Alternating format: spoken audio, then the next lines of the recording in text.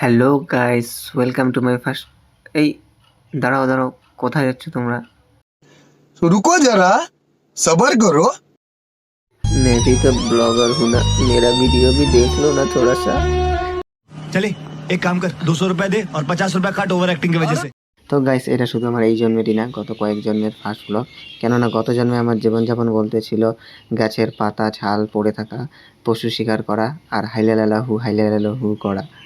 যাই হোক, আর বেশি না বকে ভিডিওটা শুরু করা যাক। ফার্স্ট ভিডিও, তাই আমার একটু নার্ভাস লাগছে, যেটা তোমরা আমার হার্টবিট শুনেই বুঝতে পারছো।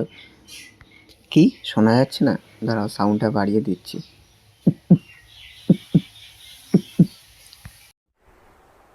चल झूठा। তো আজকে আমি চলে এসেছি দিনহাটা রেলওয়ে স্টেশনে এবং আমি যাচ্ছি দিনহাটা থেকে দুর্গাপুর, এবং আজকের ব্লগটি সেই ট্রেন জার্নির উপরেই।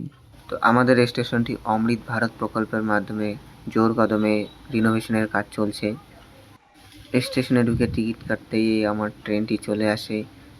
আর একটু লেট করলে হয়তো ট্রেন মিস হয়ে যেত। ট্রেনে উঠে আমি বাইরে তাকাই এবং দিলওয়ালে দুলহানিয়া লে জায়েঙ্গের সেই সিনটার মতো আমার সিমরানকে খুঁজতে থাকি।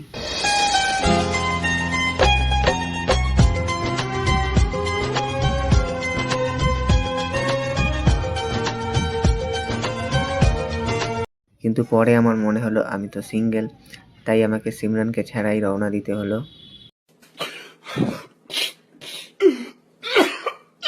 এরপরেই আমার ট্রেন দিনহাটা স্টেশন ছাড়ে এবং আমি দুর্গাপুরের দিকে এগোতে থাকি। বন্ধুরা, তোমরা কি জানো দিনহাটা এবং দুর্গাপুরের মধ্যে একটি মিল রয়েছে? সেটা হলো দুটোরই ফার্স্ট লেটার ডি। कुछ भी।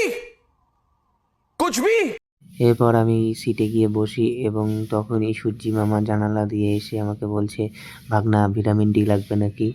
কিন্তু আমি লাগবে না বলি এবং দরজা দিয়ে বাইরের দৃশ্য অনুভব করতে থাকি। এখানে খুব সুন্দর হাওয়া এবং প্রকৃতিটা খুব সুন্দর লাগছে। একটা গান হয়ে গেলে ভালো হয় না? शामें मलंग सी रातें सुरंग सी बागी उड़ान पे ही ना जाने क्यों इलाही मेरा जी आए आए এরপর আমি বসে বসে নিউ কুচবিহার স্টেশনের অপেক্ষা করতে থাকি। নিউ কুচবিহার স্টেশন থেকে আমাকে পদাতিক এক্সপ্রেস ট্রেনটি ধরে বাকিটা পথ যেতে হবে। পদাতিক এক্সপ্রেস ট্রেনটি সন্ধ্যা 6টার সময় নিউ কুচবিহার থেকে ছাড়ে। আমাকে পদাতিক এক্সপ্রেসে করে বর্ধমান জংশন পর্যন্ত যেতে হবে। বর্ধমান জংশন ট্রেনটি পৌঁছাবে মোটামুটি 4:30টার দিকে। এরপর বিকেল 4:45-এ আমি এসে পৌঁছাই নিউ কুচবিহার স্টেশনে। নিউ কুচবিহার স্টেশনটি এমন একটি স্টেশন যেখানে নর্থ ইস্টের সব ট্রেন এই স্টেশন হয়েই যায়। যেহেতু আমার কাছে এখনও প্রায় 1.5 ঘন্টা সময় বাকি রয়েছে, তাই আমি একটু বাইরে বেরোই এবং বাইরের পরিবেশটা দেখতে থাকি। তখনই আমার নজর পড়ে যায় একটি পতাকার দিকে, যেটি আমাদের দেশের সকল নাগরিকের গর্ব, এবং একই সঙ্গে পাকিস্তান যেই পতাকাটাকে দেখে ভয়ে থরথর কেঁপে ওঠে। বাইরে থেকে লং জার্নি করে আসার পর এই স্টেশনটি আসলে মনে হয় যে হ্যাঁ, ঘরে চলে আসলাম। একটা স্বস্তির নিঃশ্বাস ফেলা যায়। এরপর আমি আবার প্ল্যাটফর্মে আসি এবং একটার পর একটা ট্রেন ও নানান মানুষকে দেখতে পাই, কিন্তু আমারটাকে দেখতে পাই না, মানে ট্রেন। পরে আর কি, শুয়ে বসে অপেক্ষা করতে থাকি ট্রেনের। প্ল্যাটফর্মে বসে থাকতে থাকতে হঠাৎ করে আমি ডোগেশের দেখা পাই। আমি তাকে আমার লাইফ স্টোরি শোনাতে থাকি, কিন্তু সে আমার এই বোরিং লাইফ স্টোরি শুনে ঘুমিয়ে পড়ে। তোমরা হয়তো আমার এই সানগ্লাসটা অনেকক্ষণ থেকে দেখছো।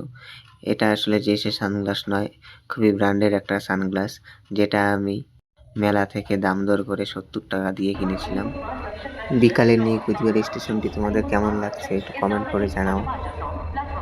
অবশেষে ট্রেনটি চলে আসে এবং আমার বগি পিছনের দিকে, তাই আমি পিছনের দিকে এগোতে থাকি।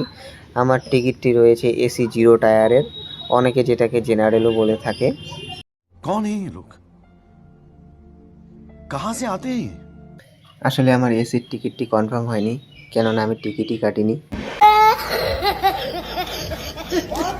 এই মুহূর্তে আমার একমাত্র টার্গেট একটি আপার সিট নেওয়া, যাতে রাত্রে শুয়ে শুয়ে যেতে পারি। যেমনটা বলি তেমনটা আপার সিটও পেয়ে যাই। এখন শুধু রাতটা কাটার অপেক্ষা। যাই হোক বন্ধুরা, গুড নাইট। বাকি কথা কালকে হবে। ঘুম তো হলোই না এবং তার জন্য আমার প্ল্যান বি রেডি ছিল।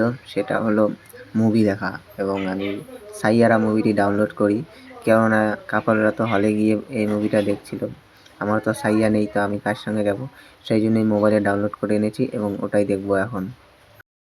এখন বাজে ভোর 4:30 এবং আমি এসে পৌঁছলাম বর্ধমান জংশনে। এখান থেকে দুর্গাপুর যেতে হলে আমাকে লোকাল ট্রেনে করে দুর্গাপুরে যেতে হবে। তো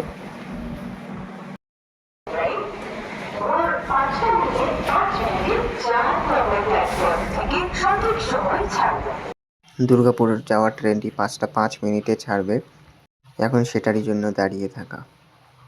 এই সেই দুর্গাপুরের ট্রেন, এখন শুধু মনে হচ্ছে কখন পৌঁছাতে পারি, কেননা আর ভালো লাগছে না, এখন পৌঁছাতে পারলেই বাঁচি। অবশেষে দুর্গাপুর স্টেশনে পৌঁছালাম। তো বন্ধুরা, ট্রেন জার্নি এবং ব্লগ দুটোই এখানে শেষ হচ্ছে। তোমাদের ব্লগটি কেমন লাগলো অবশ্যই কমেন্ট করে জানাও।